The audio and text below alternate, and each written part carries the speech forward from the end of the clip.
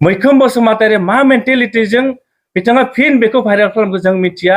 मैखोम बसुमतारिया बेनि सायाव रायजो राजानो कैफियत होनांगोन, बुजायनानै होनांगोन आरो मैखोम बसुमतारिनि सायाव दुलाराय बर' फरायसा आफादा आयेनगत जि राहा लानांगौ जों बेखौ अलरेडि लाखानाय जाबाय। गासिनो आथिखालाव दुलाराय बर' फरायसा आफादनि आफादगिरि मानव गेदेर आफादगिरि दिपेन बरुवा जाय बाथ्राखौ हारियाव खैफोद फैदों बे बाथ्राखौ गसंथानानै बिथाङा बुंदों, बुंनांगोन।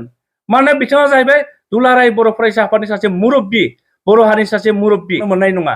दिपेन बरुवाबो बे बाथ्राखौसो बुंदों, जेबो गाज्रि बाथ्रा बुङाखै। बेखौ लानानै माखासे जायफोर इउटुबार दङ, जायफोरा गावसोरखौनो समाज फोसाबग्रा बुङो, बिथांमोना जेबायदि गेलेनो नागिरदोंना, खबरदार स्टप खालामनांगोन। नङाबा दुलाराय बर' फरायसा आफादा जाय बर' हारिखौ धंस' खालामनो नागिरदों जों रावखौबो जों रेहाय होनाय नङा। खुलुमबाय। गिबियावनो जों दिवालीनि बयनिसिमबो जोङो गाहाम हामलायनायखौ बावहरबाय। दिनै जोङो मोनसे सिरियास इस्यु, मोनसे सिरियास बाथ्राखौ लानानै फिन दुलाराय बर' फरायसा आफादनि जानानै जों दिनै खौरां मेलाव जों फैदों।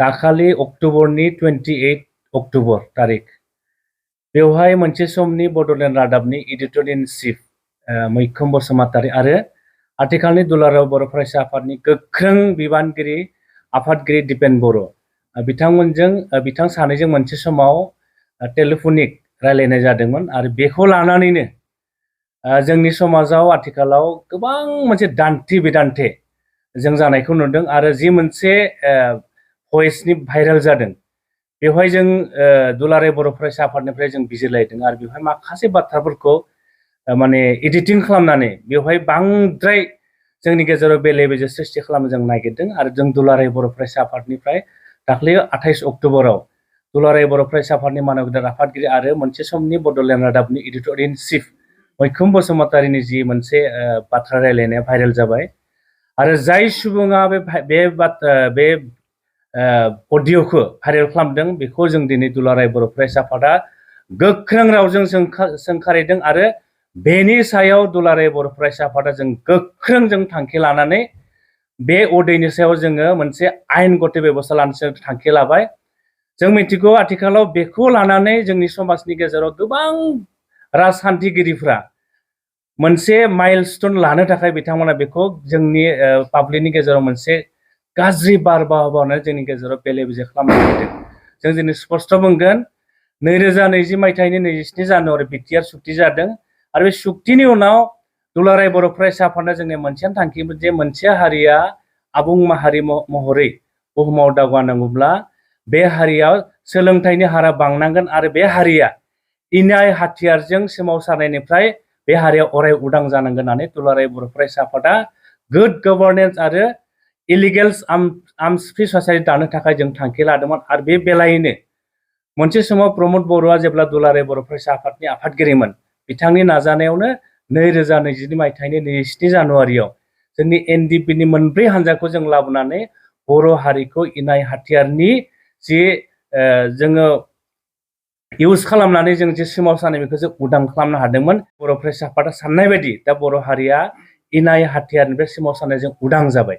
बे सुक्तिखौ लानानै माखासे जोंनि राजखान्थि दोलोफोरा गावनि खाबुनि थाखाय बिटिआर सुक्तिखौ लानानै माखासे जोंनि गेजेराव बेले बेजे सोमजिहोनायखौ जों नुदों आरो फिन जोंनि गेजेराव बिदा फंबायनि गेजेराव बिथांमोना मोनसे गाज्रि थासारि खालामनानै आरोबाव जोंनि गेजेराव बिदा फंबायनि गेजेराव नांलायनायनि जि मोनसे सोलो बिथांमोना खालामनानै आरोबाव मोननै उग्रपन्थी बिथांमोना मोननै हाथियार हमग्रा हान्जाखौ बिथांमोना सृष्टि खालामदोंमोन आरो बेखौ लानानैनो दुलाराय बर' फरायसा आफादनि आफादगिरिजों बड'लेण्ड रादाबनि एडिटर इन चिफ मैखोम बसुमतारी जेब्ला अभार टेलिफन सावरायलायो, सार बेबायदि थासारि जाफिनबाय, नोंथांमोना बर' हारियाव बर' हारिखौ इनाय हाथियारजों उदां खालामनो थाखाय जि नाजादोंमोन बे दिनै जाफुंसारबाय, नाथाय बे समाव मोननै हान्जाया फिन हाग्रायाव थांनानै इनाय हाथियारजों बिथांमोना बर' हारिनि जेंनाखौ सुस्रांनो थाखाय फिन बिथांमोना सोमावसारनो नागिरदों। बे बेलायाव नोंथाङा मा होनो होननानै जोंनि आफादगिरिखौ सोंनायाव आफादगिरिया मोनसेल' बाथ्रा बुंदों जे मोनसे हारिया इनाय हाथियारजों सोमावसारोब्ला बे हारिया माब्लाबाबो जोङो दावगानो हाया। मानोना जों नुदों थांनाय बोसोरफोराव जोंनि जायफोर लाइमोन गथ'फोरजों जायफोर फरायनाय गथ'फोर दं, कलेजाव फरायनाय, इउनिभारसिटियाव फरायनाय, स्कुलाव फरायनाय, जेब्ला इनाय हाथियारजों जोङो सोमावसारदों बै समाव जोंनि फरायसाफोरा मोजाङै फरायनो हायाखैमोन। जोंनि फरायसाफोरखौ आर्मि पुलिसा उग्रपन्थी साजायनानै थिउरि हानजा साजायनानै बिथांमोनखौ साजा होदोंमोन। बैखौ नुनानैनो जोङो नाजायै नाजायै जों खालामफिननो हादों। बे बाथ्राखौसो दुलाराय बर' फरायसा आफादाव जेब्ला बिथाङा सोंहरो अब्ला दुलाराय बर' फरायसा आफादनि आफादगिरिया बुंदोंमोन, बे बाथ्राखौ आंनाव सोंस्लायस्लाय जायफोरा हाथियार हमनानै दिनै 2027 मायथाइनि 22 जानुवारियाव पिकेट सुक्ति खालामबाय बिथांमोनाव सोंब्ला साबसिन जागोन। मानोना बिथांमोना बेसेबां सम हाग्रा बंग्रा थानानै बेसेबां त्याग खालामनानै बावसोमनानै बर' हारिखौ बे थासारियाव गोजोन थासारियाव लाबोबाय। बै बाथ्राखौसो बिथाङा मोजां बुंदोंमोन। बे बाथ्राखौनो लानानै मैखोम बसुमतारी मा मेन्टेलिटिजों बिथाङा फिन बेखौ भाइरेल खालामखो जों मिथिया। मैखोम बसुमतारीया बेनि सायाव रायजो राजानो कैफियत होनांगोन, बुजायनानै होनांगोन आरो मैखोम बसुमतारी सायाव दुलाराय बर' फरायसा आफादा आयेनगत जि राहा लानांगौ जों बेखौ अलरेडि लाखानाय जाबाय आरो बे जाथाया बेयावनो स्टप जानांगौ। जों नुदों माखासे इउटुबारफ्रा जाय इउटुबारफ्रा आथिखालाव गावसोरखौनो बर'नि गोरों होननानै गावसोरखौनो एकदम महापन्डित देखायनानै जोंनि गेजेराव फिन बिदा फंबायनि गेजेराव बे बाथ्राखौ लानानै जावले जावले बुंनानै जोंनि गेजेराव बिदा फंबायनि गेजेराव फिन गोरोबलायै गावजों गाव गोदो जेरै जालांबाय जोंनि गेजेरनिफ्राय बेसेबां थुनलाइगिरिया जिउ गोमालांबाय, बेसेबां आइजोफोरा जिनाहारि जाबाय, गायदे बसुमतारी बायदिया गावनि गथ'खौ गोरबोआव लानाय बिथांमोना मुंख्लं जानांबाय, बेसेबां बर'नि आइजोफोरा गावनि गोथारथिखौ भुमका बायदियाव खोमानानै लानांबाय, बेसेबां आइजोफोरा गावनि जिउनि अनजालिखौ बावसोमनानै खाफालनि सिन्दुरखौ गोमानानै लालांबाय। बै थासारिखौ दिनै बै इउटुबारफ्रा खालामनो नागिरदों नामा? जोंहा मोनसे कुइसन दङ। ओंखायनो इउटुबारफोरखौ दिनै स्ट्रंलि बुंदों, हारियाव जुदि बेबायदि बेले बेजे जायोब्ला बिनि दायनिगिरिया जाय इउटुबारफ्रा दिनै बे बाथ्राखौ मोनसे गाज्रि लामाजों लांनो नागिरदों, हारियाव जुदि फिन बिदा फंबायनि गेजेराव जुदि इनाय थासारि जाफिनोब्ला बेनि दायनिगिरिया बिथांमोनानो जागोन आरो दुलाराय बर' फरायसा आफादा जों रावखौबो जों गारनाय नङा। मानोना दुलाराय बर' फरायसा आफादा 1967नि 15 फेब्रुवारियाव जों मोनथाम मोन्थोरखौ लानानै जोङो जोनोम जादों। बे मोन्थोरानो जाहैबाय खौसेथि, थामोनथाय आरो दावगाथाय। आरो बेखौ लानानै दुलाराय बर' फरायसा आफादा जोनोम जानायनिफ्राय आथिखालसिम 57 इयार्स जाबाय जोङो बर' हारिनि खौसेथि, थामोनथाय आरो दावगाथाय बे मोन्थोरखौ लानानै जों खामानि मावदों। जाय बायदि संगठनाव बड'फा उपेन्द्रनाथ ब्रह्मआ जोनोम जादों, जाय बायदि संगठनाव मुगानि आगदारि बानेश्वर बसुमतारी जोनोम जादों, जाय बायदि संगठनाव कनकेश्वर नार्जारी बायदि दैदेनगिरिफोरा जोनोम जादों आरो बिथांमोनानो फोरोंलांदों। बर' हारिखौ जुदि बुहुमाव गेरेमसा हारि दानांगौब्ला बर' हारिया फारफ्रोमबो दावगानांगोन आरो बेखौ लानानैनो आथिखालनि दुलाराय बर' फरायसा आफादनि गोख्रों आफादगिरि दिपेन बरुवा बेफोर बाथ्राखौ लानानैसो जों दावगाबाय थादों। नाथाय बे बाथ्राखौ लानानैनो ओरैबादि जोंनि गेजेराव फिन जेन माबा मोनसे बांग्रियासो माबा मोनसे सारअन्थाइयासो बर' हारिखौ नाख्रेबबाय, बेबादि थासारिया लांबाय थादों। जों दिनै वार्निं होदों, बर' हारिखौ जुदि सोरबा आसि देखायनानै गाज्रि लामाजों लांनो नागिरब्ला खबरदार, दुलाराय बर' फरायसा आफाद थानायाव रावबो बे खामानिखौ मावनो हाया। जोंहा दुलाराय बर' फरायसा आफादा बर' हारिखौ बुहुमाव गेरेमसा माहारि दानो थाखायनो बड'फा उपेन्द्रनाथ ब्रह्मआ जि सिमां नुदोंमोन बिनि थाखायनो जोङो खामानि मावबाय थादों। सोरबा जुदि आरोबाव बे समाव गोजोन गैला, जोंनि गेजेराव खौसेथि गैला बेबायदि होननानै राजनिति खालामनो नागिरदोंब्ला खबरदार, जों वार्निं होखादों। खौसेनि बाथ्रा बुंदों जोङो, आफादगिरि दिपेन बरुवा बुंदों खौसेनि बाथ्रा। बे खौसेनि बाथ्रा जों गेलेनाय बाथ्रा नङा। प्रमद बरुवा जेब्ला दुलाराय बर' फरायसा आफादनि आफादगिरिमोन बै समावनो बिथाङा 2015 मायथाइनिफ्राय दानि BPFनि आफादगिरि हाग्रामा महिलारि बिथांनाव सोंहैथां, बिथांखौ दिल्लीयाव लोगो हमदों, गवायाव लोगो हमदों, खनबेसे लोगो हमाखै जोङो। जे आद्रा सिमां बेखौ जों मोगथां महर होनांगोन। मानोना खौसे जायाब्ला जों जेबो जों खामानिखौ मावनो हाया। बिनि थाखायनो बै समावनो आफादगिरि थानाय समावनो प्रमद बरुवा एबसुनि आफादगिरि थानाय समाव नाजादों। जोङो न'नि बागै जों रायलायो, बयबो न'नि साननानै जों रायलायो। नाथाय मा खालामो हाग्रामा महिलारिया गावनि राजनितिक सार्थनि थाखाय जोंनि रायलायनायखौ पाब्लिकनो फैनानै गुबुन हारिनिफ्राय फैनानै बुंफैयो। बिनि सार्थआ मा? बिथाङा गावनो बुङो, आं राजनिति खालामदों, आं गावनि सार्थनि थाखायसो, बर' हारिनि सार्थनि थाखाय नङा। दायो नोंथांमोनाव कुइसन खालामगोन, रायजो राजानाव कुइसन खालामगोन, हारिखौ थगायग्राया सोर? हारिखौ फोथाय खेबस' खालामग्राया सोर? दिनै दुलाराय बर' फरायसा आफादखौ माखासे जायफोरा गावखौनो हारिनि सानसुमै बुंनानै लायो, जायफोरा गावखौनो हारिनि दिथागिरि बुंनानै लायो, बिथांमोना दिनै दुलाराय बर' फरायसा आफादखौ मा बुङो? फोथाय खेबस'। दुलाराय बर' फरायसा आफादा फोथाय खेबस' होनो बिथांमोनखौ आं दिनै सोंनो नागिरदों, फोथाय खेबस'आ सोर? दाखालि जों नुदों जोंनि आफादगिरिया आथिखालनि जि जोंनि पलिटिकेल थासारि बेखौ नुनानै खौसे जायाब्ला जोंहा उनाव फैबाय थानाय समाव बर' हारिया एसे खैफोदाव फैगोन। बेखौ नुनानै दुलाराय बर' फरायसा आफादा जोंनि जायफोर राजखान्थि हान्जा दङ बर'नि खौसे जानो थाखाय जों बाथ्रा बुंदों, रायलायदोंबो, रायलायना सोलिबाय थादों। नाथाय बेवहायनो नुबाय दाखालि जोङो हाग्रामा महिलारिया फैनानै उल्था बाथ्रा बुंना होलायबाय बिथाङा। दा रायजो राजाखौ आङो साननो थाखाय खावलायबाय, हारिखौ मोजां मोनग्रा लिडारा सोर? नाथाय बेफोर बाथ्राखौ बुङालासिनो आथिखालाव दुलाराय बर' फरायसा आफादनि आफादगिरि मानव गेदेर आफादगिरि दिपेन बरुवा जाय बाथ्राखौ हारियाव खैफोद फैदों बे बाथ्राखौ गसंथानानै बिथाङा बुंदों, बुंनांगोन। मानोना बिथाङा जाहैबाय दुलाराय बर' फरायसा आफादनि सासे मुरब्बि, बर' हारिनि सासे मुरब्बि।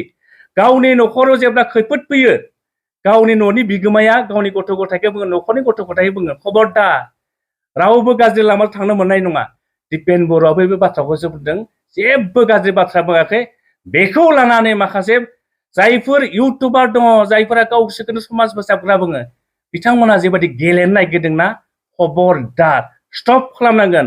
नङाबा दुलाराय बर' फरायसा आफादा जाय बर' हारिखौ धंस' खालामनो नागिरदों, जों रावखौबो जों राय होनाय नङा। ओंखायनो बे बाथ्राया बेयावनो जोबनांगौ। दिनै दुलाराय बर' फरायसा आफादा बे प्रेस मिटनि गेजेरजों जों बयखौबो खावलायगोन, जिखिनि दल संगठन दङ जोंनि, जायफोर बर' हारिनि थाखाय मावनो ओंखारबोदों, बेफोर बाथ्राखौ साननायनि सम फैबाय। जायफोर जोंनि फोरोंगिरि दङ, जायफोर दिथागिरि दङ, नोंथांमोना साननायनि सम फैबाय। मानोना जों नुदों ड्राग्सजों गेलेदों, जुवाजों गेलेदों। 9, 10 नि गथ'फ्रा स्कुलाव थाङो, मोननै क्लास लाना ओंखारबोयोनो। दुलाराय बर' फरायसा आफादा बेफोर बाथ्राखौ बुङाब्ला, बर' थुनलाइ आफादा बेफोर बाथ्रा बुङाब्ला सोर बुंगोन? दिनै जोंनि स्कुला, बर' मिडियामनि स्कुला माखासे भेन्सार जानानै दङ, प्रभिन्सियेलाइज खालामनांगौनि बाथ्राखौ सोर बुंगोन? जोंहा दिनै बर' गुदि फरायसालिखौ मार्जार खालामदों, फरायसानि अनजिमाया खमायलांदों, सोर सावरायगोन? दुलाराय बर' फरायसा आफादा सावरायगोन, बर' थुनलाइ आफादा सावरायगोन। जों नुदों देग्लाय थांनाय बोसोरनिफ्राय क्लास 11, 12आव बर' मिडियामा आर्ट्स स्ट्रिमाव इन्ट्रडिउस जाबाय। इन्ट्रडिउस जादों नंगौ, नाथाय फोरोंगिरियानो गैया। सोर सावरायगोन दा बेखौ? एबसुआ सावरायनांगोन, दुलाराय बर' फरायसा आफादा सावरायनांगोन। जों दिनै दुलाराय बर' फरायसा आफाद, एबसुआ जों लोगो नांनानै इउनिभार्सिटि अफ दिल्लीआव बर' साबजेक्टखौ थिसननो हायो नामा, बिनि थाखाय जों खामानि मावबाय थादों। CTET लेंगुवेज वानखौ बर' बिजोंखौ जोङो बर' साबजेक्टखौ जों सोनो नागिरदों। सोर बुंगोन? एबसुआ बुंगोन, साहित्य सभा बुंगोन। दुलाराय बर' फरायसा आफादनि मानव गेदेर बिबानगिरिफोरखौ, बर' थुनलाइ आफादनि बिबानगिरिफोरखौ जुदि सानफ्रोमबो गाज्रि बुङोब्ला, दुलाराय बर' फरायसा आफादा थैनानै थाङोब्ला, बर' थुनलाइ आफादा थैनानै थाङोब्ला बे हारिया मा जागोन? जों गिखांनाय फैदों। दिपेन बर' बायदि बिथांखौ जुदि सासे मोजां लिडारखौ जुदि रायबाय थायोब्ला, डक्टर सुरत नार्जारि बिथांखौ जुदि रायबाय थायोब्ला, बै फैबाय थानाय जेनेरेसना, सोरबा गार्जेनफोरा बर' थुनलाइ आफादगिरि बिबानगिरि हरगोन ना? दुलाराय बर' फरायसा आफादाव बिबानगिरि हरगोन ना? हरनाय नङा। मानोना हारियाव जुदि हारिनि मानगोनां गिदिर गोलावफोरखौ जुदि मान होनो रोङाब्ला, सानफ्रोमबो सोंखारिब्ला, बे हारिया सानसे समाव जोबस्रांगोन। खबरदार जेब्ला बारहुंखाया बारगोन, रावबो बिनिफ्राय गनाय नङा।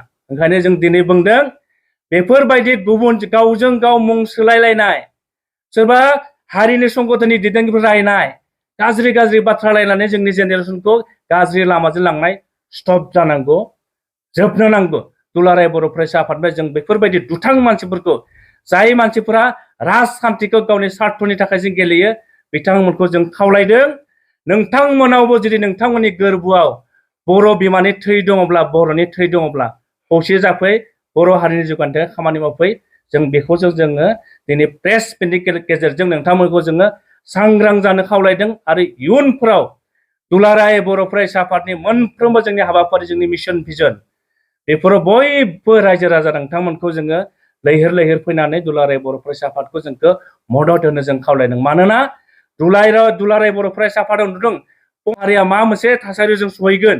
आरो बिनि थाखायनो दानिफ्रायनो जोङो मावथांखि लानानै, मिशन लानानै जों खामानि मावदों। आरो जुदि बयबो रायजो राजा, दिथागिरि, फोरोंगिरि फरायसा जोंनि आइ आफा रायजो राजा नोंथांमोना जोंखौ जों मदद होआब्ला दुलाराय बर' फरायसा आफादा जों खामानि मावनो हानाय नङा। ओंखायनो गोजोन फैनांगोन।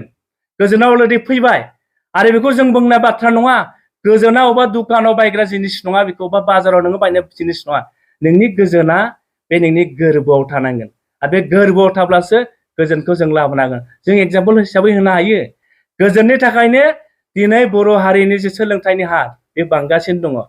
देग्लाय 2024आव बर' बिजोंनि जि मेट्रिकनि उथ्रिसारनाय हार 82.40, थारमाने 100 जनाव गथ'फोरा परीक्षा लिरनायाव जोंहा 82आ जोंहा उथ्रिसारनो हादों।